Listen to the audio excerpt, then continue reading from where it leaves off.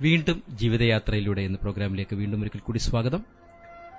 അതുപോലെ തന്നെ സാറിന്റെ കുട്ടിക്കാലത്തെ കുറിച്ചൊക്കെ ഒരുപാട് കാര്യങ്ങൾ വിവരിച്ചു അല്ലെ. അത് കേട്ടപ്പോൾ സത്യം പറഞ്ഞാൽ മനസ്സിന് ഒരുപാട് വിഷമമുണ്ടായി. നമ്മൾ അതിന്റെ വിഷ്വൽ പോലും നമ്മുടെ മനസ്സിലേക്ക് കൊണ്ടെത്തിക്കാൻ സാറിന്റെ ആ വാക്കുകളിലൂടെ സാധിച്ചു എന്നുള്ളത് അതെന്തുകൊണ്ട് സംഭവിക്കുന്നു പറഞ്ഞാൽ അത് തൊട്ടറിഞ്ഞ അനുഭവങ്ങളാണ്.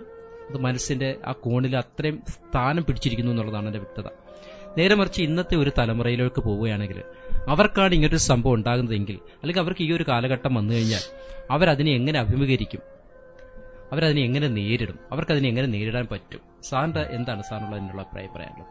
പക്ഷേ എന്റെ അഭിപ്രായം എന്ന് പറയുന്നത്, ഇന്നത്തെ തലമുറയ്ക്ക് അന്നത്തെ തലമുറ ഇന്നത്തെ തലമുറയായിട്ട് ഒരുപാട് വ്യത്യാസമുണ്ടെന്ന് ഞാൻ പറഞ്ഞല്ലോ. പക്ഷെ ഇന്നത്തെ തലമുറ ആ ഒരു രംഗം അവര് ജീവിതത്തിൽ അവർക്ക് ഇങ്ങനെ വരികയാണെന്നുണ്ടെങ്കിൽ അവര് നമ്മൾ വിചാരിക്കാത്ത വഴിയായിരിക്കും അവരുടെ യാത്ര.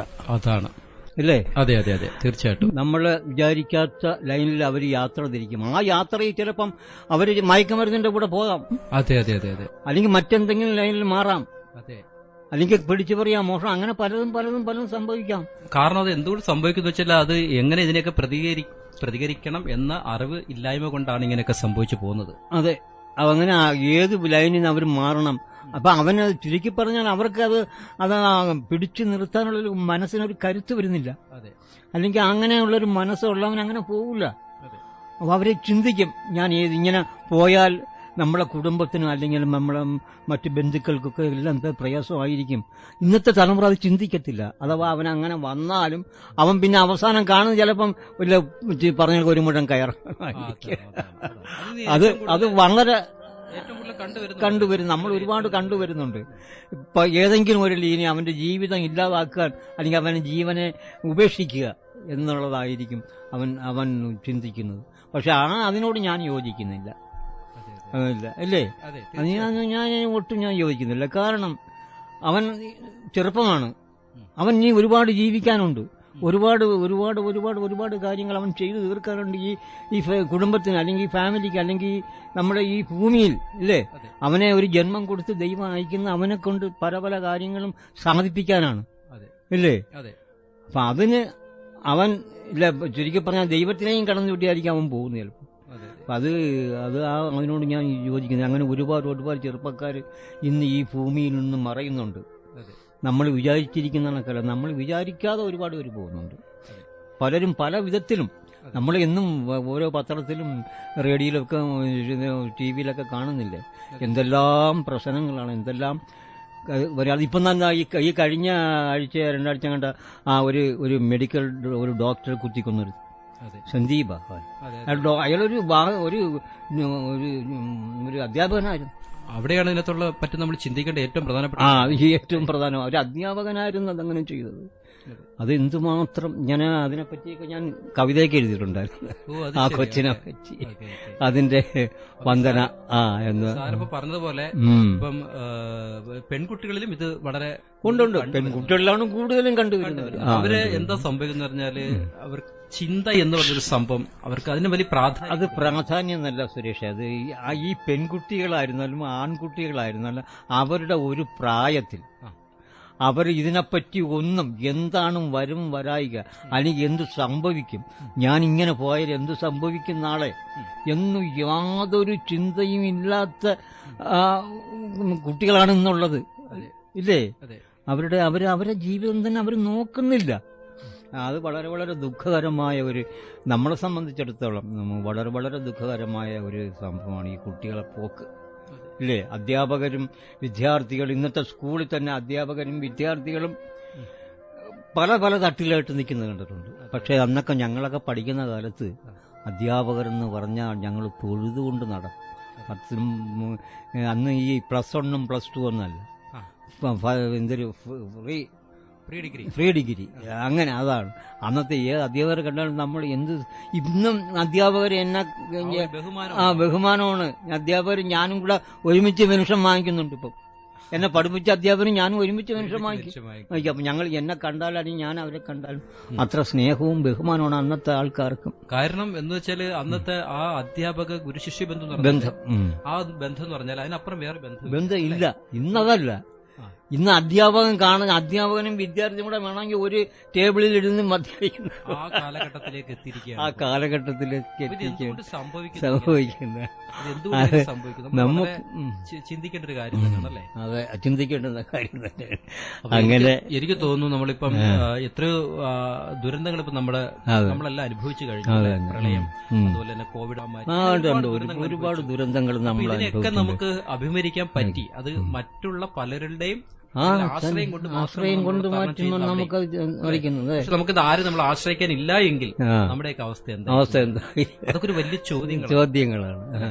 ഒരുപാട് ഞാനിപ്പം പറഞ്ഞാൽ എനിക്ക് ഒരുപാട് കാര്യങ്ങളുണ്ട്, പക്ഷെ എല്ലാം മറന്നു പോകുന്നു. ഇപ്പൊ എന്റെ ഓർമ്മയിലുള്ള ചില കാര്യങ്ങൾ മാത്രമാണ് ഞാനിപ്പോ ഇവിടെ നമ്മളെ ഈ ഓഡിയൻസിന്റെ അടുത്ത് ഞാൻ അവതരിപ്പിച്ചത്.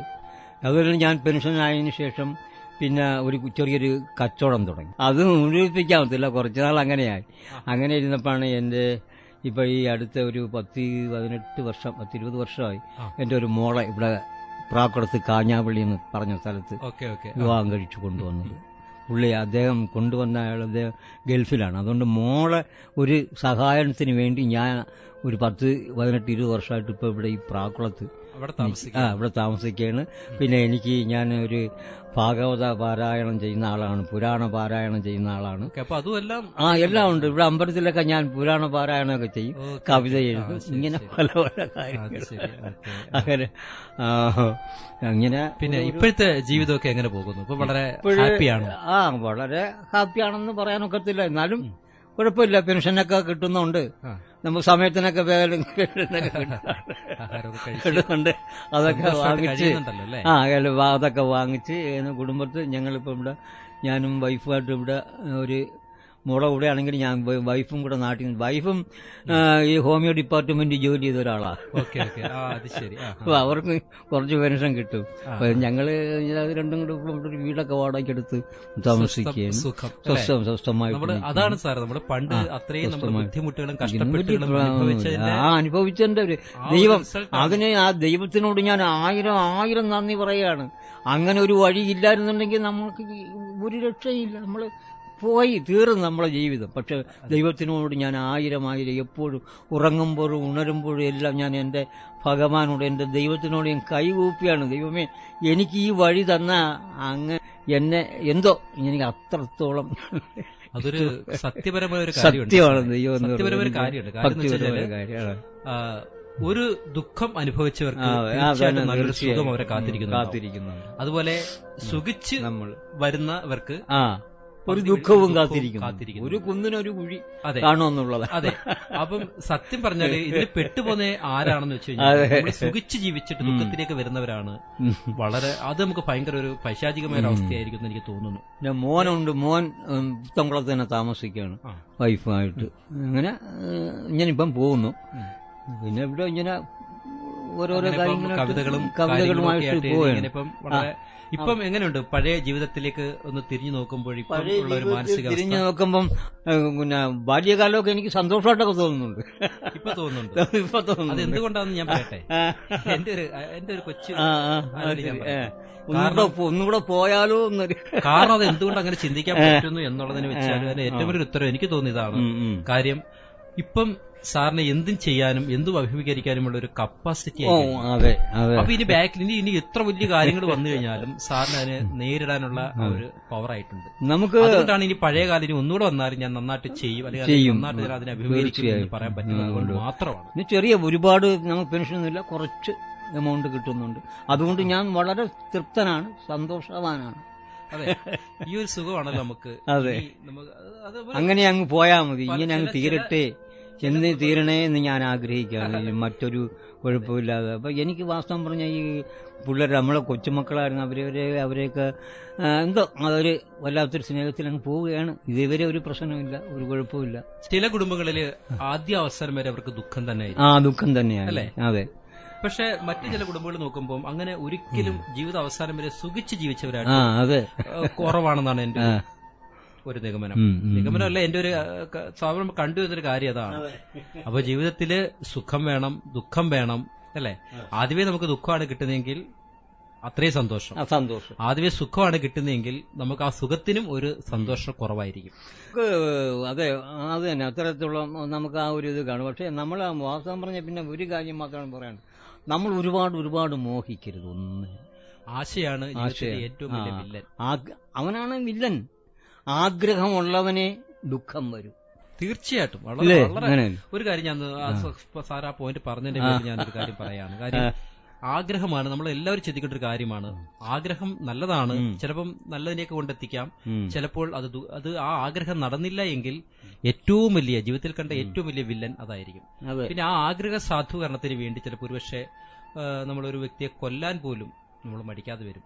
നമുക്ക് ആ കൊല്ലാൻ പറ്റിയില്ല എങ്കിൽ നമ്മുടെ ജീവൻ തന്നെ നമ്മൾ നശിപ്പിക്കാൻ ശ്രമിക്കും. അപ്പൊ ഇത്രയും ഒരു ക്രൂരനാണ് ആഗ്രഹം എന്ന് പറയുന്നത്.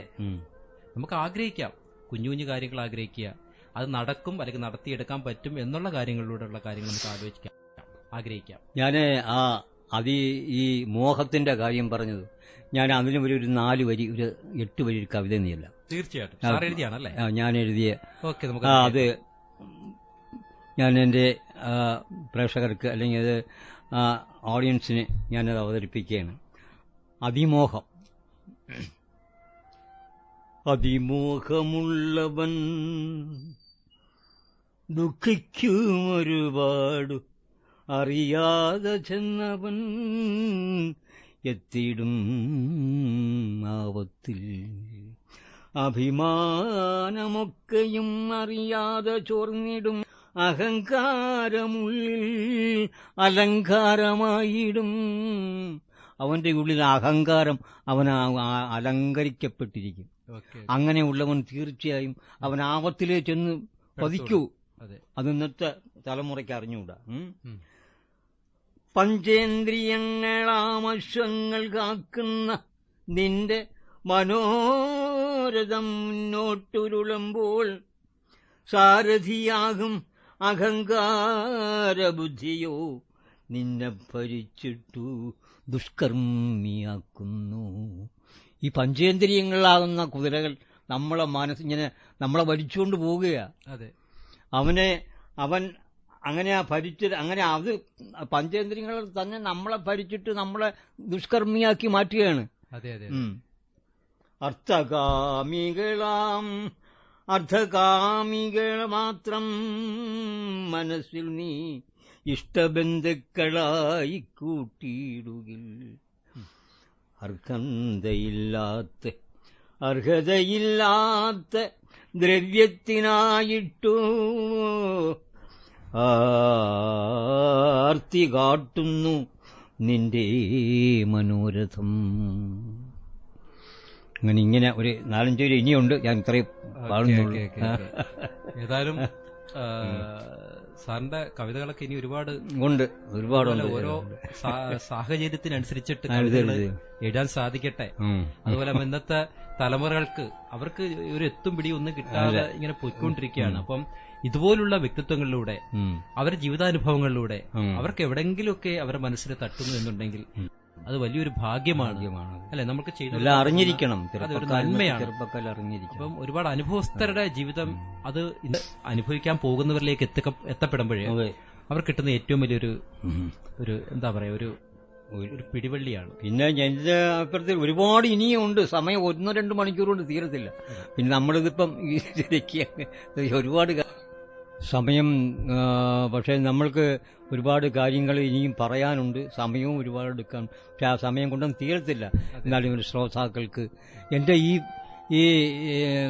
യാത്ര, എൻ്റെ ഈ ജീവിതയാത്രയിലുണ്ടായ സംഭവ വികാസങ്ങൾ അല്ലെങ്കിൽ നിങ്ങളുടെ ഹൃദയത്തിൽ തൊട്ടുണർത്തി നിങ്ങളുടെ ഹൃദയത്തിന് ഒരു ചെറിയൊരു ഇളക്കം തട്ടിയിട്ടുണ്ടെങ്കിൽ ഞാൻ വളരെയേറെ കൃതാർത്ഥനാണ്. ഞാൻ ഇനിയും നമുക്ക് കാണാം. നിങ്ങളെല്ലാവരെയും ഒന്നുകൂടി ഞാൻ നമിക്കുന്നു. നമസ്കാരം, നന്ദി. നിങ്ങൾ വളരെയധികം പരിശ്രമിച്ചിട്ടും പരാജയം സംഭവിച്ചുവെങ്കിലും യാതൊരു പരിശ്രമവും കൂടാതെ എന്തെങ്കിലും നേടിയവരെക്കാൾ നിങ്ങൾ മഹാന്മാർ തന്നെയാണ്. ഇനി മറ്റൊരു അതിഥിയുമായി കാണുന്നവരെ തൽക്കാലം വിടാം. സ്നേഹത്തോടെ സുരേഷ് പെരുന്നാൾ.